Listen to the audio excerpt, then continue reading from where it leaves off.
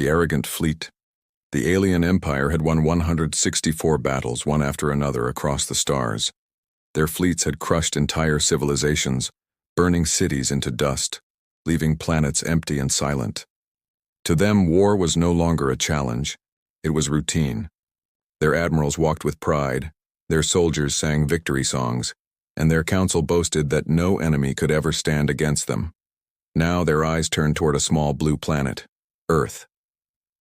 In the grand war chamber of the alien empire, the High Council gathered. Giant holograms showed the map of the galaxy. In the center glowed the image of Earth. "This world," one admiral said with a cruel smile, "is weak. Their technology is primitive. Their armies are divided. They will be our 165th victory." Laughter filled the chamber. No one doubted the words. Why should they? Every enemy before had fallen. But at the edge of the table stood a young alien officer, silent and uneasy. His name was Karel. Unlike the others, he had read the ancient archives. He had studied the few encounters the Empire had with humans. In those records, he found stories of strange human resistance, of battles where humans refused to surrender, where their ships fought even when torn apart, where their soldiers bled but did not break. With hesitation, Karel spoke. "Honored Council, may I remind you, humans are not like the others. They are unpredictable. They learn quickly. Records suggest they adapt faster than we can calculate. Perhaps we should—" "Silence!" the Supreme Commander barked, slamming his clawed hand on the table. His golden armor shone under the chamber lights. "Do you question our empire's strength? Do you doubt the power of 164 victories?" Karel lowered his head. He could not argue against the pride of his leaders. But inside, a shadow of fear grew. The council voted. The fleet would march toward Earth. Weeks later, the largest armada the galaxy had ever seen drifted in formation. Thousands of warships glided through the void, their black hulls reflecting the distant stars. Massive carriers, bristling with weapons, led the way. Smaller destroyers circled like wolves around them. In the command ship, Admiral Vorak stood tall. He was a legend, undefeated in all his battles. His eyes burned with arrogance as he looked at Earth on the screen. "So small," he muttered, "so fragile. It will take us less than a day to bring them to their knees." His officers agreed, their voices proud and mocking. "They will beg for mercy," one said. "They will become slaves," another added. "They will finally learn who rules the galaxy," a third declared. Vorak raised his hand, silencing them. "No, there will be no mercy. Earth will be made an example. After this, no race will dare defy us again." But not all voices were proud. In the lower decks, younger soldiers whispered among themselves. "Is it true," one asked, "that humans once destroyed an empire greater than ours?" "Lies," another hissed. "Just stories to scare children." "But what if it's true?" the first whispered again. No one answered. Karel stood at the observation window, watching the stars streak by as the fleet approached Earth. His chest felt heavy. He thought of the records again. He thought of the words he had read. Humans do not surrender. And then he remembered something even darker. Humans always strike back harder than expected. The journey continued. As Earth grew closer on their screens, Vorak gave a speech to the entire fleet. His voice echoed across every ship, filling every corridor. "Soldiers of the Empire, today we march toward our greatest triumph. Today we claim victory number 165. The humans will fall, and their world will burn. When history remembers this day, it will speak of us, the warriors who crushed the last hope of resistance in the galaxy." Cheers erupted. Thousands of voices screamed with pride. The fleet surged forward, faster, hungrier, more arrogant than ever. But in the silence of space, Earth watched. The humans had seen the enemy coming. They had prepared in silence. Their ships were hidden. Their weapons were ready. They waited like predators in the dark, unseen, unheard, until the perfect moment would come. And in that moment, the arrogant fleet would learn a truth no alien had yet survived to tell. Earth was not prey. Earth was the predator. Humanity's silent preparation. Earth was not blind. Long before the alien fleet entered the solar system, humans had seen the signs. In a hidden base beneath the mountains of Colorado, the United Earth Defense Council gathered. Leaders from every nation sat around a massive circular table. The atmosphere was heavy, but their eyes were steady. On the wall, a hologram showed thousands of alien warships moving toward Earth. "They believe we are weak," said Admiral Jonathan Reyes, an older man with gray hair and sharp eyes. "They have won 164 battles because their enemies underestimated them. We will not make that mistake. We will not give them what they expect." The room fell silent. Everyone knew the truth. Humanity had never faced such a vast armada before. The aliens outnumbered them, outgunned them, and carried centuries of war experience.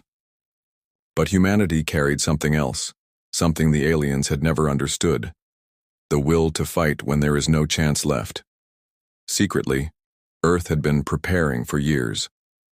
Across the oceans, submarine fleets carried hidden missile silos. In DTU, the desert's launch pads disguised as empty wastelands waited in silence. Deep in space, human warships floated in dark mode, engines cold, invisible to alien scanners. They were shadows among the stars, patient and deadly. Even the moon had been transformed into a fortress. Beneath its craters, massive cannons waited, covered under layers of rock and steel. No alien knew they existed. In one control room, a young engineer adjusted the targeting systems. Her name was Eliza Grant. Her hands shook slightly, but her voice was steady as she spoke to her commander. "Sir, all systems green. The aliens will not detect us until it's too late." The commander nodded. "Good. Let them come close. Let them believe victory is already in their hands. That is when we strike." Meanwhile, in a training camp outside New Delhi, soldiers prepared for ground war. They knew if even one alien ship broke through, battles would rage on Earth's soil. Among them was Sergeant Malik, a veteran of many smaller wars. He stood before his squad, his voice deep and calm. "Listen to me," he said. "They are stronger. They are faster. But they don't understand us. They think we will surrender like the others. But we don't break. Not in the field, not in the cities, not anywhere. When they come, we fight until our last breath. And when we run out of bullets," he raised his fist, "we fight with our fists, with stones, with whatever we have left. Because this is our home, and no alien takes our home." His soldiers roared in answer, their voices echoing into the night.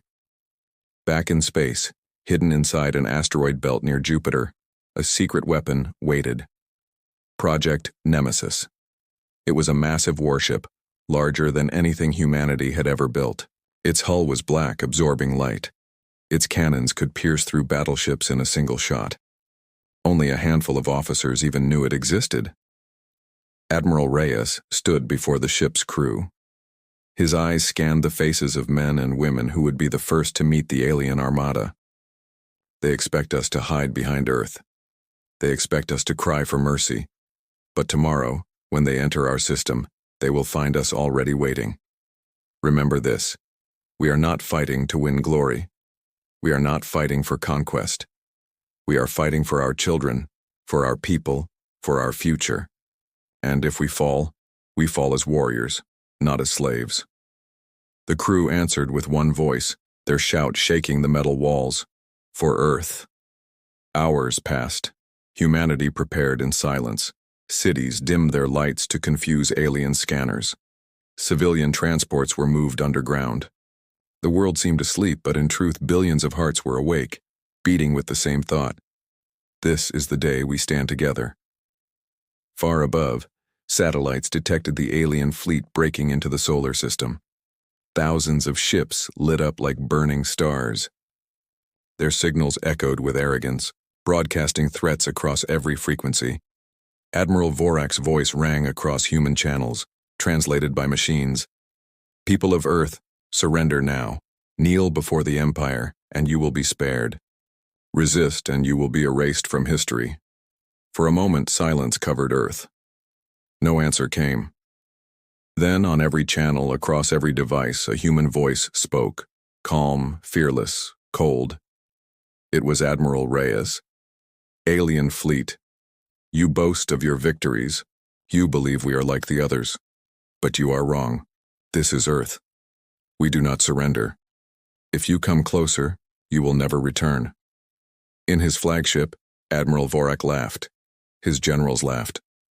To them, it was the foolish bark of a doomed race.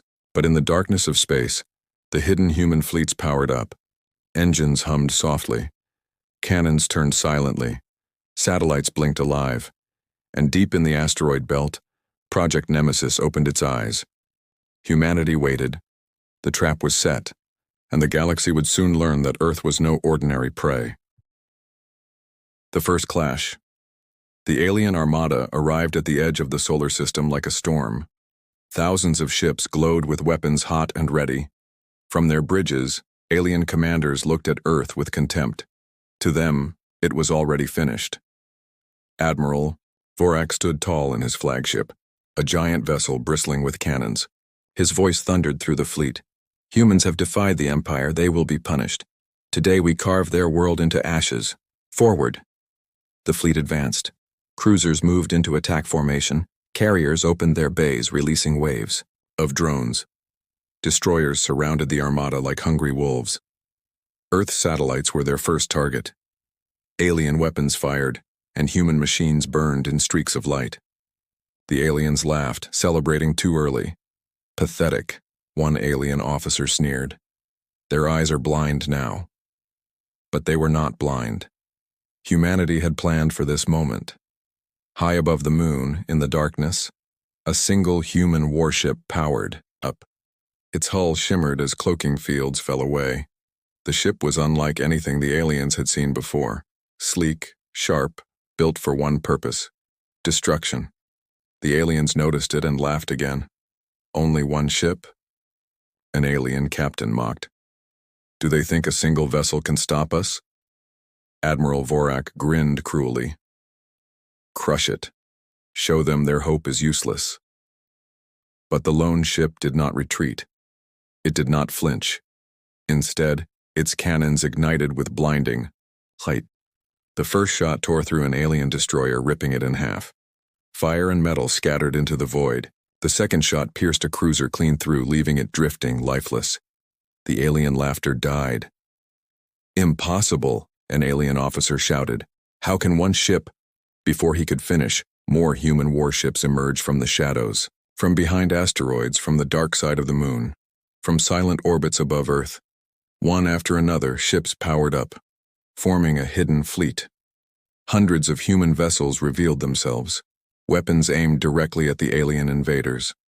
Inside, the human command center, Admiral Reyes stood with cold determination. His eyes were fixed on the holographic battlefield. "Now," he ordered.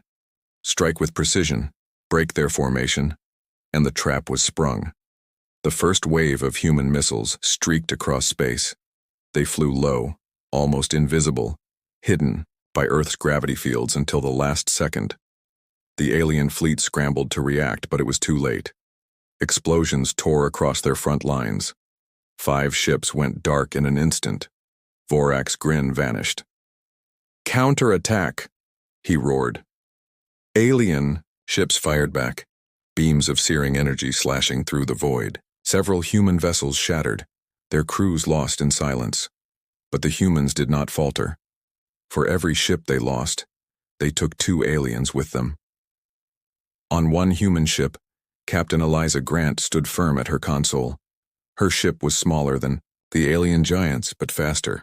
She dodged incoming fire, weaving between blasts of plasma. "Target their engines," she ordered. "Cut off their movement. Make them drift." Her ship unleashed a spread of torpedoes. They struck an alien battleship's rear, tearing its engines apart. The massive vessel spun helplessly, colliding with its own fleet. 2 more alien ships went down in the crash. The crew cheered. "We got them." But Eliza raised her hand. "Stay focused. This is only the beginning." Meanwhile, Project Nemesis stirred in the asteroid belt. Its enormous cannons rotated, locking onto the alien flagship. The giant ship pulsed with energy, preparing to fire its first shot. Inside, Admiral Reyes gave the order. Release the Nemesis. A deep rumble shook the ship as its main weapon charged. The energy beam lanced out, cutting across space like a blade of light. It struck an alien carrier, a ship that had led dozens of victories. In one instant it was gone, ripped apart in a blinding explosion. Thousands of alien drones vanished with it. The alien fleet was stunned. For the first time in centuries they were afraid. On Vorak's flagship, alarms screamed. Officers shouted in panic. They knew our formations, one cried. They predicted our attack routes, another yelled. This is a trap. Vorak slammed his fist against the console. His voice cracked with fury. No, this cannot be. We are the Empire. We do not fall to insects. But even as he raged, another blast from the Nemesis destroyed a second carrier. More alien ships exploded in fire. Across Earth, people watched the battle on hidden screens. Families huddled together. In bunkers, soldiers clenched their weapons, waiting for the fight to reach the ground. And when they saw alien ships burn, hope ignited in every heart. Humanity was no longer afraid. In the command center, Reyes whispered under his breath. They thought, we were prey. But today they will learn who the hunters truly are. The clash had only begun, but already the aliens were bleeding, and humanity was only warming up. The trap of humanity, space was burning. Alien ships scattered in panic as human warships struck from every angle. Explosions flashed like stars dying in the void. What the Empire believed would be their 165th victory was becoming a nightmare. Admiral Vorak gritted his teeth, his claws digging into the armrest of his throne. His officers shouted reports. Ships destroyed, formations broken. Carriers lost, how is this possible? One cried. They knew our tactics before we used them, another screamed. It is as if they were waiting for us. Vorak slammed his fist against the console. Regroup, regain formation, crush them before they regroup themselves. But, no matter how he shouted, the truth was clear. The Empire had walked into a trap. On Earth, in the hidden command center, Admiral Reyes watched the holographic battle. His face remained calm, though his heart beat like a drum. Now, he said quietly, activate Phase 2. Across the solar system, hidden systems came alive. On the moon, massive cannons rose from beneath the craters, their barrels glowing with power. They fired, sending beams of light cutting through space. Entire alien cruisers exploded before they even realized what had hit them. From Earth's oceans, submarines launched missiles into orbit. The warheads split apart, releasing swarms of microdrones. These drones latched onto alien ships like insects, drilling into their hulls before detonating from inside. Above the clouds, human stealth fighters broke formation and rushed toward the enemy. Small compared to alien ships, they moved like lightning, weaving through fire, planting charges on hulls, then retreating into darkness. The aliens had never faced such layered traps. Every direction brought new death. On the Nemesis, the massive black warship hidden near Jupiter, Captain Eliza Grant monitored the alien flagship. They're trying to regroup, her officer reported. If they stabilize, they may still push through. Eliza narrowed her eyes. Then don't let them stabilize. Cut off their voice. The Nemesis released a pulse of electromagnetic energy. Across the alien fleet, communication channels went dark. Admirals screamed into dead radios. Captains received no orders. Chaos spread like fire. Ships collided with each other, unable to coordinate. Some fired blindly, hitting their own allies. The Empire's greatest strength, discipline and coordination, was shattered. On Vorak's flagship, panic finally cracked the arrogance of his officers. We cannot speak with the fleet. Our sensors are jammed. Admiral, we are blind. Vorak's eyes blazed with fury. He refused to believe what he was seeing.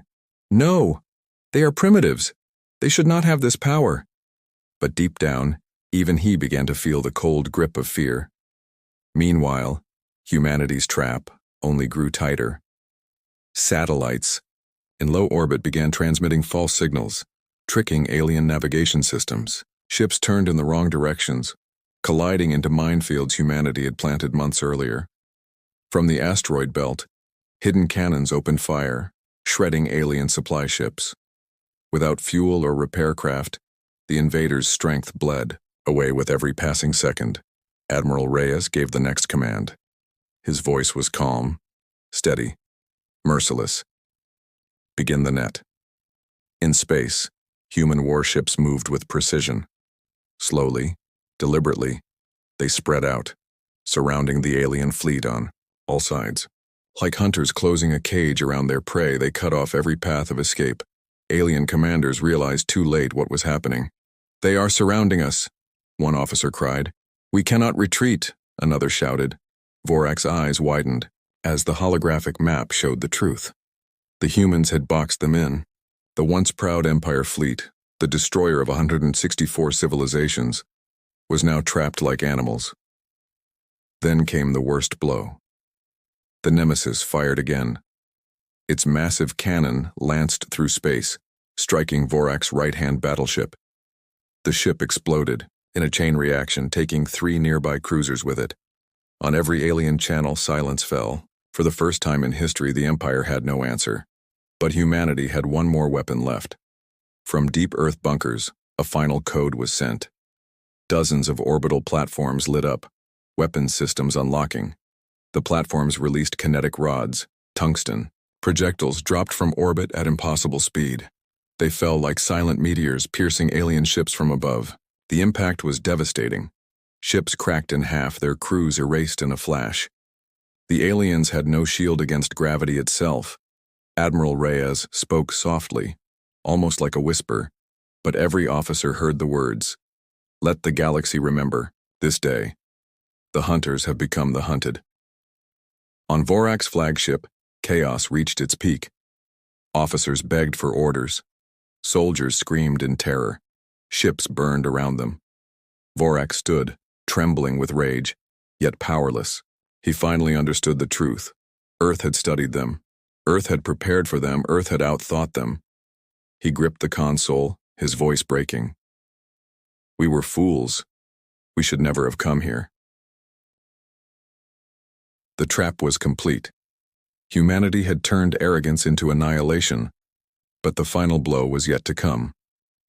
The lesson of Earth, the alien armada, was broken. What began as a march of arrogance had become a field of fire and ruin.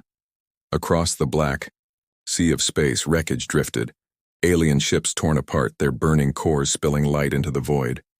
But still, the Empire's flagship remained. Admiral Vorak stood on its bridge, eyes wide, body trembling.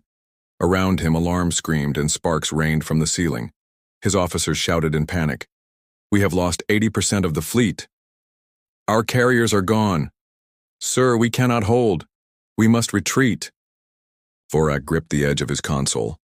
Retreat? The Empire had never retreated in centuries, yet all around him was proof that they had underestimated the wrong enemy. A voice crackled through the static, cold and calm. Admiral Reyes. His words filled every alien ear. "You came here after 164 victories. You thought Earth would be another trophy, but you never understood. This planet is not prey. This planet fights. And today you pay the price of your arrogance." The Nemesis loomed in the darkness like a god of war. Its main cannon glowed again, brighter than ever. Every alien eye turned toward it, dread crawling in their veins. Vorak slammed his fist. "No, we are the Empire. Fire all weapons at that ship." Thousands of alien cannons lit up, hurling energy beams across the void. The Nemesis shook under the storm, shields flickering, armor cracking. But it did not fall. And then it fired. A single beam tore across the void, straight into Vorak's flagship. The bridge exploded in fire and smoke. Officers screamed. Metal split apart. Vorak was thrown to the floor, his armor scorched, his body broken. With his last breath, he looked at the screen, at Earth shining blue in the distance. "They are not prey," he whispered, his voice fading. "They are predators." The flagship erupted in a final explosion, lighting the void. The Empire's last hope vanished in silence. Across the galaxy, the unthinkable had happened. The undefeated fleet of the Empire had been annihilated in a single battle. On Earth, silence filled the command center. Officers stared at the holograms in disbelief. For a long moment, no one spoke. Then Admiral Reyes stood. His voice carried the weight of victory, but also of warning. Do not cheer too soon. This was not the end. The Empire will send others. They will come again. But let them remember this day. Let them remember what happened when they thought humanity was weak. Let them remember the lesson of Earth. The message spread. Across the stars, alien civilizations watched in secret. Some had once feared humanity. Others had mocked them. Now they saw the truth. Humans were different. They did not conquer for power. They did not fight for glory. They fought for survival.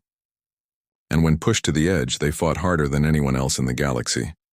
Among the wreckage of the battle, one small alien escape pod drifted silently. Inside was Karel, the young officer who had warned his council but had been ignored. He stared at the ruins of his people's pride, his heart heavy with shame. But as he watched human rescue ships move through the wreckage, pulling survivors, both human and alien, from the void, something shifted inside him. Perhaps, he whispered, the future belongs not to arrogance but to those who learn. His pod was taken aboard a human ship. For the first time in history, an alien officer would live among humans, not as an enemy but as a witness. On Earth, people poured into the streets. They cried, they sang, they embraced. For the first time in generations, humanity had faced a force greater than itself and triumphed. Children looked at the skies with pride instead of fear. Soldiers stood tall, their sacrifices honored. The world was no longer divided. It was united by survival. As the stars burned quietly, a final narration echoed across the galaxy. After 164 easy victories, the Empire believed Earth would be the same. But in a few hours, their fleet was gone. And the lesson was clear. Humanity does not surrender. Humanity does not bow. Humanity endures. And those who challenge Earth will never forget it.